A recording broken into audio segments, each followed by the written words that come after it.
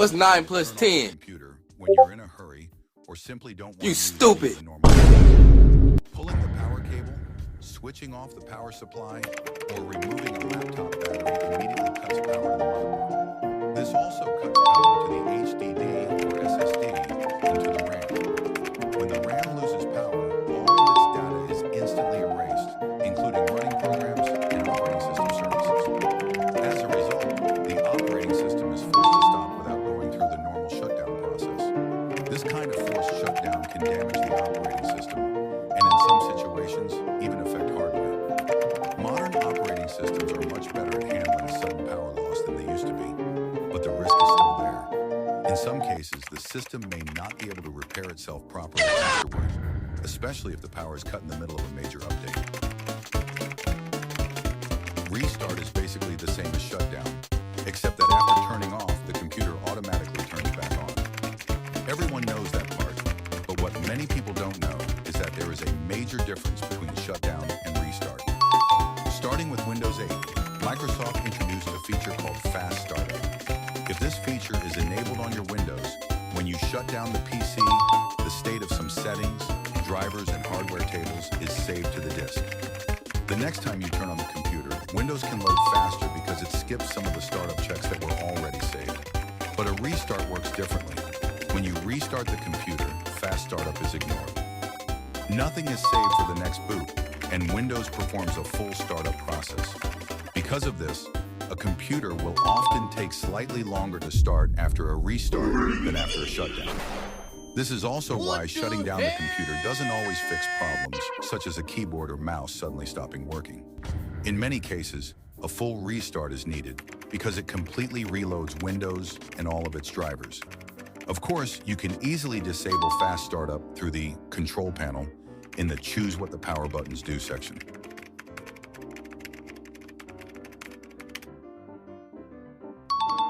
Sleep is the best option if you're in the middle of something important and only want to leave your computer off for a few minutes or hours without closing any programs.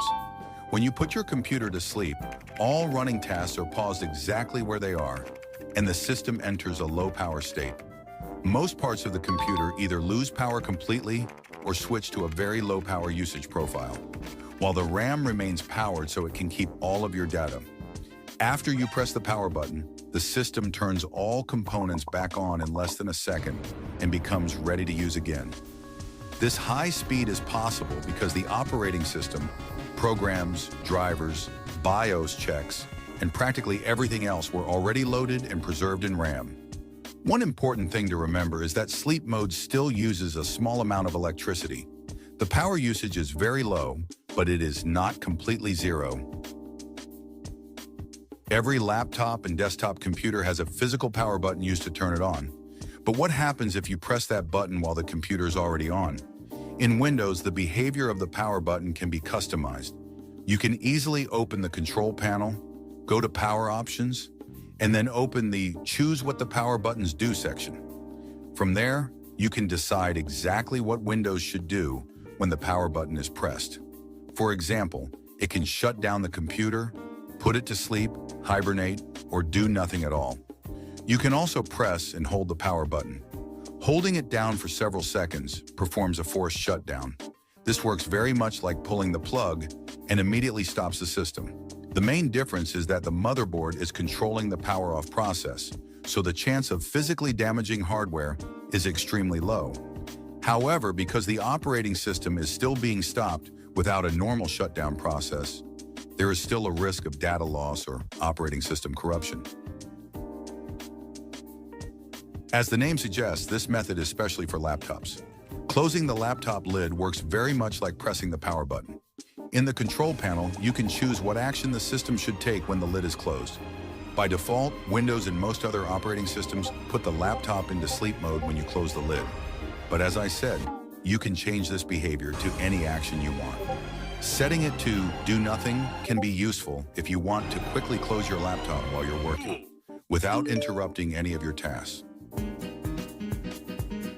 An operating system can have multiple user accounts, each with its own permissions, settings, programs, and running processes.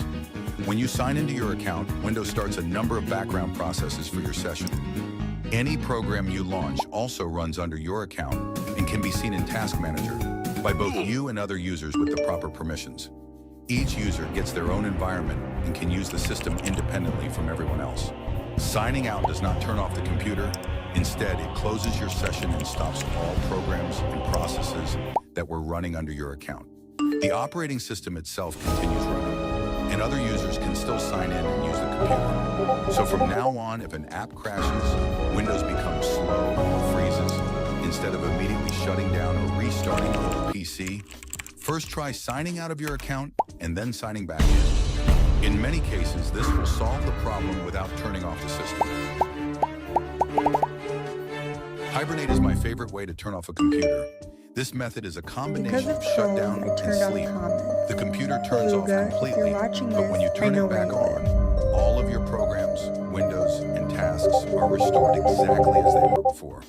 It's like sleep mode, but without keeping the computer powered on. But how does it work?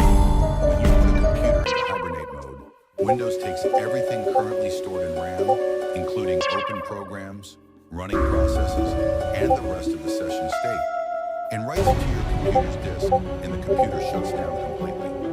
The next time you power on the system, Windows loads all of that saved data back into memory, which lets you continue your work exactly where you left off. As I said, in hibernate mode, the system is fully powered off. So after it shuts down, even if you remove the laptop battery, unplug the computer, wash it, or even set it on fire, when it powers on again, everything will still be where you left off, because the contents of RAM were saved to the disk, just like your personal files, installed programs. Everything is saved. That's exactly right, and also because of the sleep mode bug in Windows, which I explained.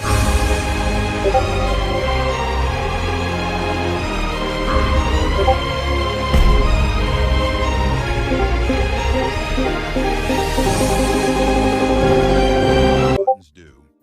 Click the link for changing unavailable settings, and then check the hibernate.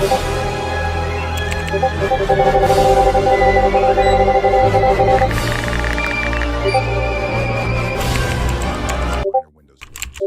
So I recommend that